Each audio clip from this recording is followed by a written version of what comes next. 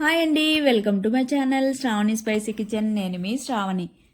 ఇవాళైతే నేను సొరకాయతో మంచి restaurant style gravy curry ఎలా చేసుకోవాలో చూసేద్దాం.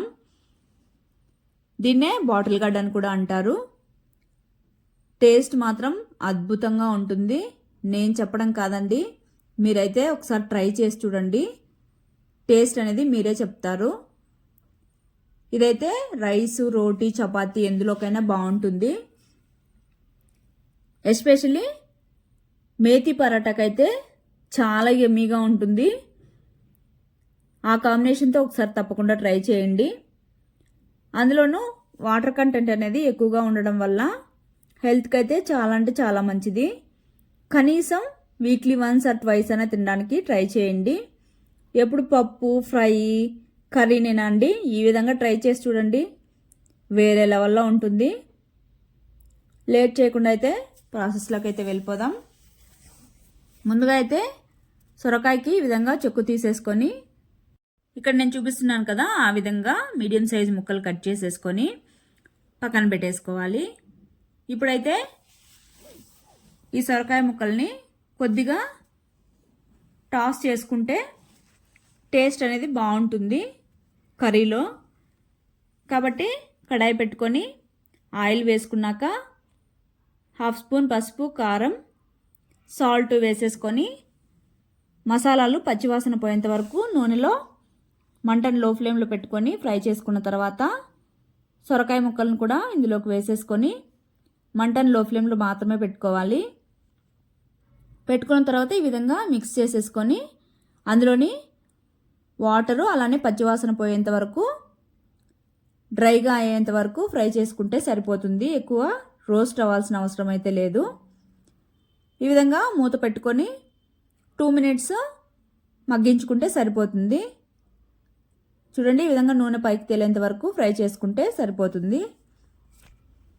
తర్వాత తీసి ప్లేట్లో పక్కన పెట్టేసుకోవాలి. ఇప్పుడైతే గ్రేవీ కోసం అయితే స్టవ్ మీద కడాయి పెట్టుకొని ఇందులోకి ఆయిల్ వేసుకోవాలి. ఆయిల్ వేసుకున్న తర్వాత కొద్దిగా జీలకర్ర, తర్వాత కరివేపాకండి. ఇక్కడ నేను ఈ విధంగా కట్ చేసి వేస్తున్నాను.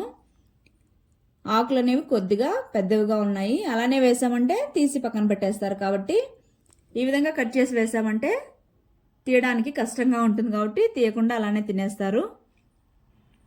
తర్వాత బాగా సన్నగా కట్ చేసుకున్న ఆనియన్స్ కూడా వేసేసుకొని ఆనియన్స్ అనేవి మెత్తబడేంత వరకు ఫ్రై చేసుకోవాలి. ఈ విధంగా ఫ్రై అయిన తర్వాత 1 స్పూను అల్లం వెల్లుల్లి పేస్ట్ వేసుకొని మంటను లో ఫ్లేమ్లో పెట్టుకొని పచ్చివాసన పోయేంత వరకు ఫ్రై చేసుకోవాలి. ఫ్రై అయిన తర్వాత టమాటో ముక్కలు బాగా సన్నగా కట్ చేసుకొని వేసుకోవాలి. వేసుకున్న తర్వాత మిక్స్ చేసుకుంటూ మంటను మీడియం ఫ్లేమ్లోకి పెట్టుకొని టమాటో అనేది బాగా మెత్తబడనివ్వాలి.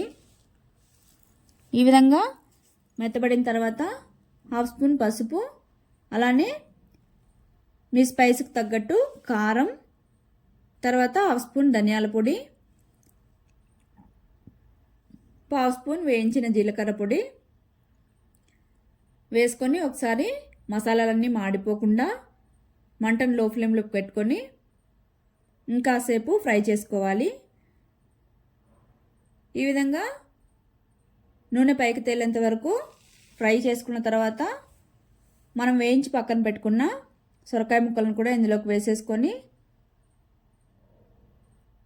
ముక్కలు అలానే టమోటా మొత్తం బాగా కలిసిపోయేంత వరకు మంటను లో ఫ్లేమ్లో పెట్టుకొని ఫ్రై చేసుకోవాలి.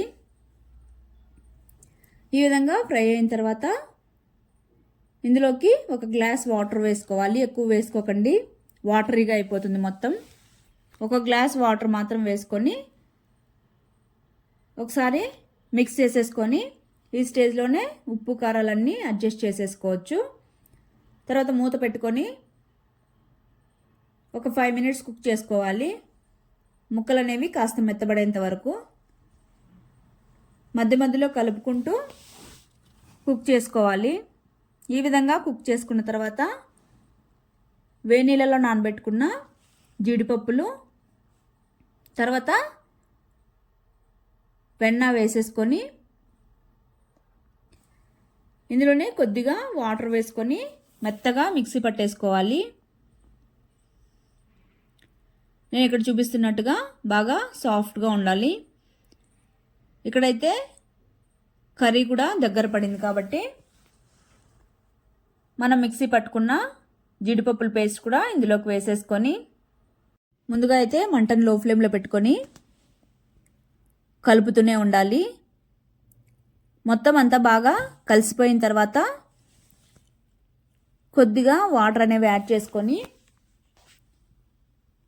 మరొక 2 minutes మిక్స్ చేసుకొని కుక్ చేసుకోవాలి.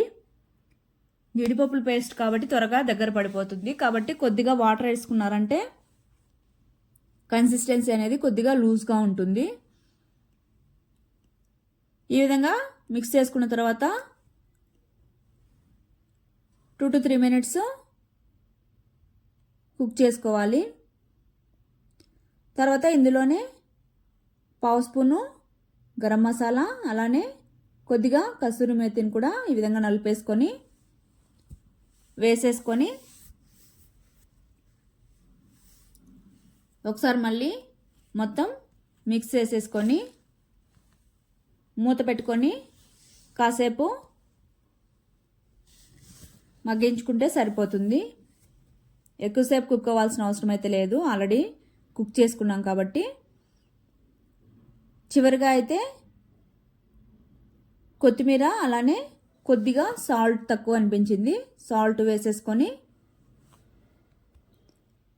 ఇంకొకసారి మిక్స్ చేసేసుకొని సర్వ్ చేసేసుకోవడమే. టేస్ట్ మాత్రం భలేగా ఉంటుందండి. వేడివేడిగా రోటీకైనా రైస్కైనా చాలా బాగుంటుంది. ఎస్పెషల్లీ మేతి పరాటాకైతే చాలా బాగుంటుందండి టేస్ట్. చూడండి ఇక్కడ సాఫ్ట్గా కూడా కుక్ అయిపోయింది. అంతే అండి, చాలా సింపుల్గా అయిపోయింది కదా, అలానే టేస్టీగా కూడా ఉంటుంది. తప్పకుండా అయితే ట్రై చేసి మీకు ఎలా వచ్చిందో కామెంట్ చేయండి. అలానే మన ఛానల్ అయితే సబ్స్క్రైబ్ చేసుకోండి.